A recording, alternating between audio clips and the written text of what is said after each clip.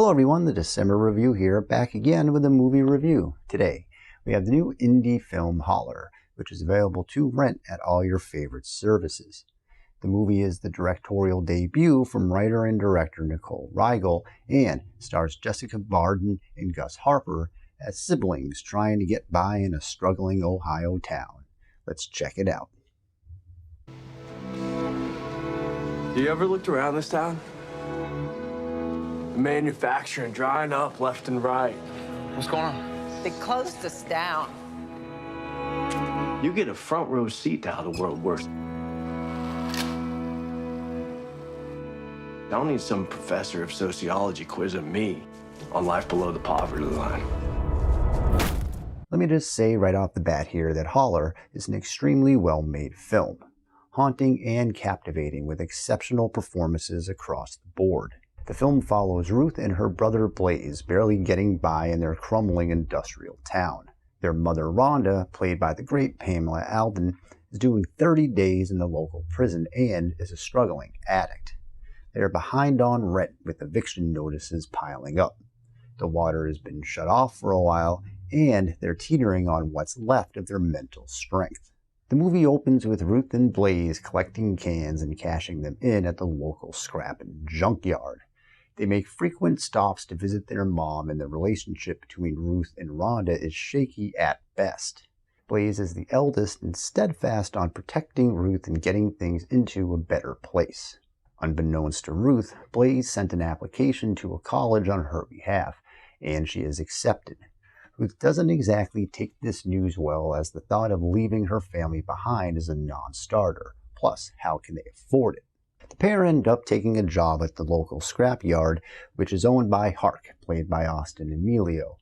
The job entails breaking into abandoned properties and stripping the place of its valuable metals and such.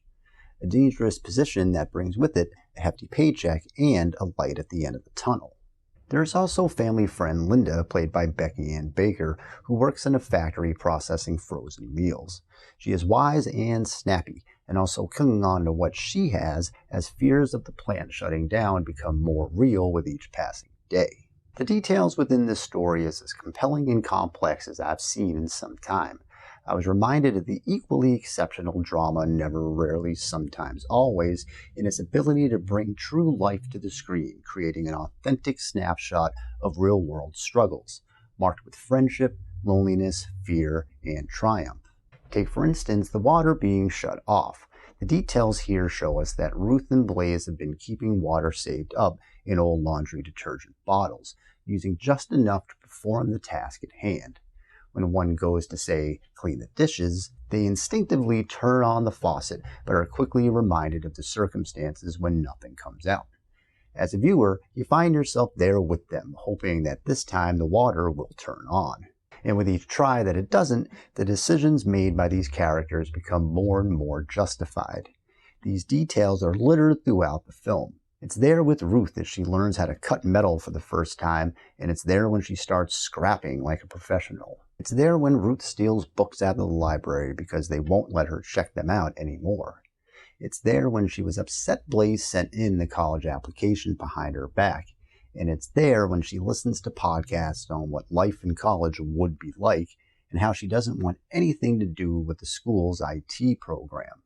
The movie itself goes by quick, and as Ruth and Blaze become more involved with Hark, the story takes a darker tone.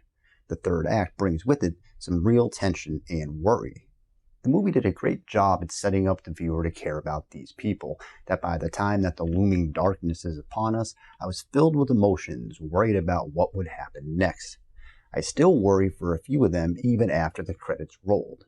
And that's a testament to the excellent acting and directing the entire crew brought to the production. I'm talking modern day gold mines. $7,000 a month between the two of you. Sounds illegal. Well, you didn't have a problem with that a minute ago, did you? The movie was filmed on 16mm, giving it real space and a true identity. The grainy look brings with it the sense that you are there with these people. The lighting and angles used are superb, creating an almost documentary shooting style while being slick enough to never take you out of the movie environment.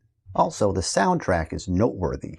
The The juxtapose of string arrangements dancing through the air while lights of cut metal sharpened its wits was a delight, and I was shocked to hear Scott Street by channel favorite Phoebe Bridgers at one point in the film. That song's message, along with the circumstances, had me welling up with emotions. At the heart of Holler is the relationship between Ruth and Blaze.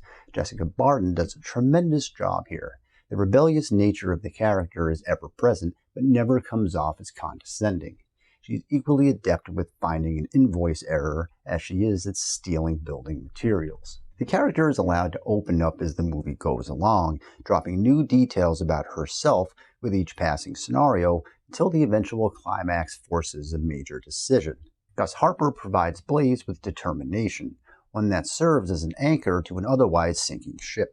He spends most of the film working and making decisions, and is grateful to lie down even just for a moment. There are scenes where we see his internal doubt break through, which in turn helps add to his leadership qualities. The film circles around fear. Ruth is undecided about college and scared to leave her family behind while starting a new chapter in life. Blaze doesn't want her to have the life that he knows she will if she stays there. Rhonda is hiding behind the shadow of her addiction, using sobriety as a tool to get her through the system, herself scared to face true recovery. Linda is scared that the factory will be shut down, but puts on a happy face for everyone, giving strength to her friends. And Hark is unwilling to come to terms with having a lifestyle that doesn't involve crime, even though the pieces are in place where he could live in a world on better terms. He would rather be king of the junkyard instead of forging a new path. Holler is an extremely great directorial debut from its director. The details of the story are thoughtfully layered throughout the script, and all of the actors help bring them to the screen. Jessica and Gus are phenomenal here, creating the film's emotional core. The final act of the film had me truthfully on edge and glued to the screen. That tension gave way to hope by the time the credits rolled. If slice-of-life dramas are your thing, Holler is up there with the best that I've seen in quite some time.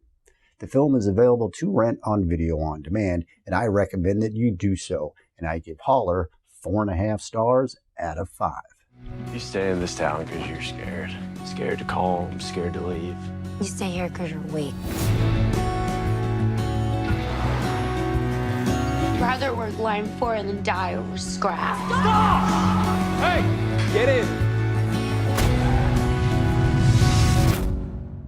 If you like this video, make sure to subscribe to the channel for more movie reviews, and let me know your thoughts on Holler in the comments section below.